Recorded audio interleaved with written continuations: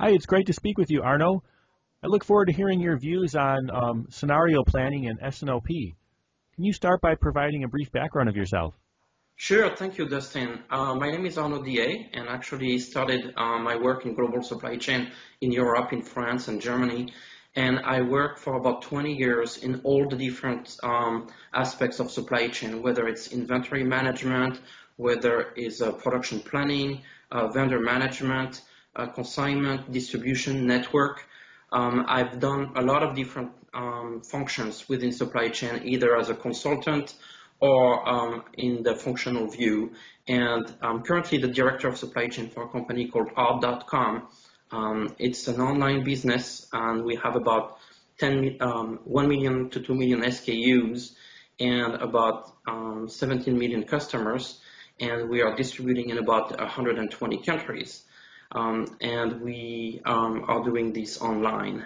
This is a good example of retail e-business, and this is just one example of supply chain management in a global scale. Thank you. And can you talk about what is scenario planning in the context of S&OP? Sure. So scenario planning is a structured program where executives or people working at a transactional level are looking at different scenarios based on supply, demand, and inventory, and where they're looking at the ability to change those levels based on different simulations, if you will.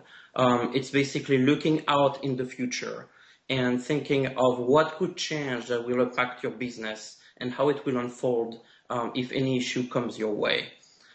This is very important. This is something that every business should be doing, either at the very, very strategic level or even at a lower level when they're looking at how anything happening in the external environment or in the internal environment will impact their business. Can you talk about why it's important and what's involved? Sure. Why is it important?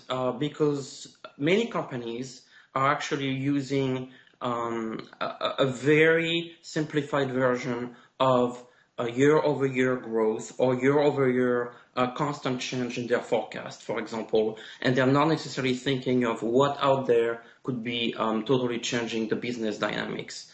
If you remember back in the 80s, when Blockbuster was created in 1985, they were opening a new store in the 90s. About 17 hours a new store was created. Well, very quickly after that, in 2011, the Blockbuster brand got totally dismissed and they were bankrupt.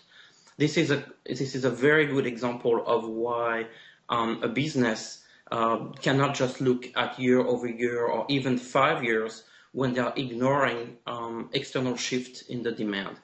It was the same thing back in the quartz revolution on the watch business, or it was also the same thing when we were looking at September 11 and what came out of September 11, potential issues with demand coming down or supply not being available, that sort of things. We've also seen that with the tsunami in Asia, where for an entire week, the total microprocessor chips were being totally not available for companies to build computers.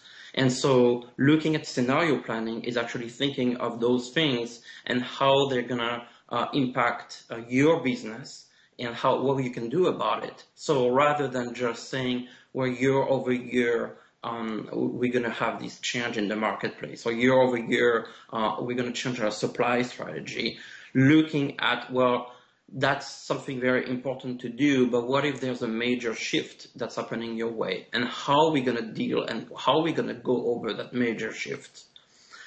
So in S&OP process, where we're looking at 3 different elements, when you think about the S&OP graph, there's a line that represents the demand and the forecast. There's a line that represents the supply and all the vendor provided product.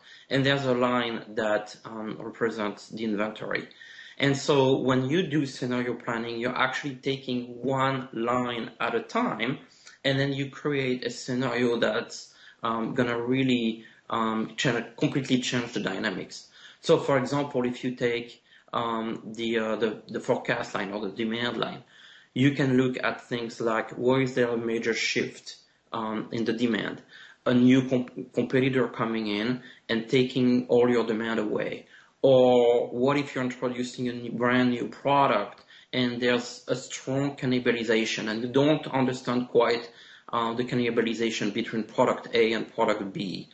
What if you have a demand that's dropping all of a sudden as a result of a major earthquake? That sort of things. On the supply side, well, you are looking at how you're going to either make product or how you're going to buy product. So what if your facility explodes and you're totally losing your source of supply?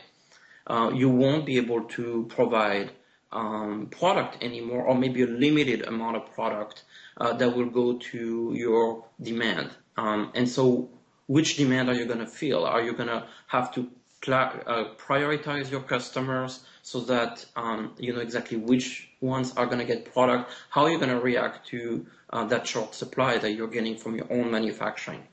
Or what are you going to do if one of your major vendor that's providing a raw material is not able to fulfill or decided to give that product to somebody else? You will result out of a short supply, and then you will have to make decisions on what to do as far as fulfilling demand. And then you have the same thing on the inventory side.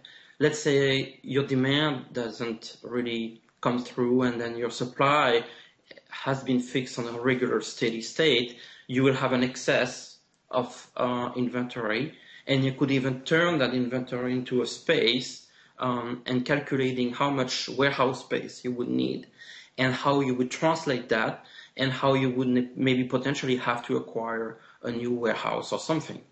And so by really applying those scenarios to each of those lines, you really are putting yourself as a strategic leadership into looking out for big solutions or completely out of the game, out of the ballpark, new ways of doing business. This is what you're being challenged in scenario planning, S&OP. Something also as well is to think about doing those scenario planning with third parties and partners. So for example, if you take the demand side, well, you could very well think of bringing a major customer, like one of your top 3 customers, into the scenario planning sessions and says, okay, well, we're going to partner with you and we're going to use your forecast and your internal S&OP to feed our S&OP and see how that's going to be connected and what that do to supply and demand. Same thing on the vendor and the supply line. You could very well involve a major vendor and says, okay, let's understand your cycle of production. If you're a seasonal business, you could take that cycle and then play it out in your S&OP process and see what that do to your supply and demand. And same thing on the inventory line. You could bring your third-party warehouse and see how they need to, change, the space needed as the supply and demand is changing. So the S&OP process with scenario planning works very, very well with third parties. I have so far only talked about one variable, but obviously you can think about how you vary a couple variables together. For example, you're doing a production line transfer, and you're doing that transfer from one facility to another facility. And well, in this case, not only your demand might change because your quality might be changing, hopefully not, but there might be a quality aspect. And your supply obviously will change. If you are working on those 2 locations in parallel, you're going to have a big bump of supply. And what if one location doesn't come through? You will have to change your demand, your supply, your warehouse filling, all that, especially, for example, in regulated environments such as medical or biotechnology. How will you have those different parameters change, and what is it going to do? So it's very important, again, to look at all the different elements where you're doing your S&OP planning, and really, thinking of the future in 6 months, in 1 year, in 3 years, in 5 years, or other things that are, very important to consider. And can you talk about how it's done?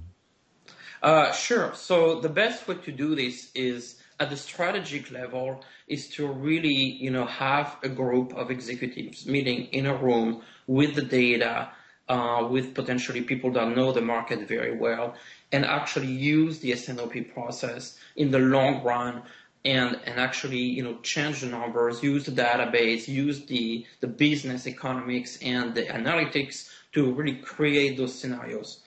Bring people from the outside that is going to feed you scenarios, that's going to help you, find out how to do the scenario planning.